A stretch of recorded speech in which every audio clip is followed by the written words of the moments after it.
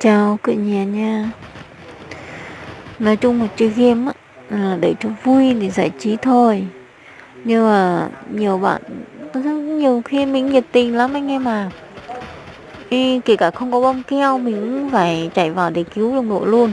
Tại vì mình nghĩ là mình chơi để cho vui thôi mà. Rất nhiệt tình luôn, kể cả không có bom keo mình cũng ngồi vào cứu đồng đội luôn. Vậy mà gặp phải chạy trâu út trơ, nó quát nó tháo. Nó quát tháo rồi chửi ầm ĩ, mình nghĩ là ôi trời ơi, chơi game cho vui thôi mà làm gì căng dữ à ta. Chơi rất là nhiệt tình luôn anh em ạ. Kể cả không có bom keo mình cũng phải cứu đồng đội, tại vì mình chơi cho vui thôi, mình có thắng thua quan trọng gì đâu đúng không. Nhưng mà anh em trẻ trâu căng lắm.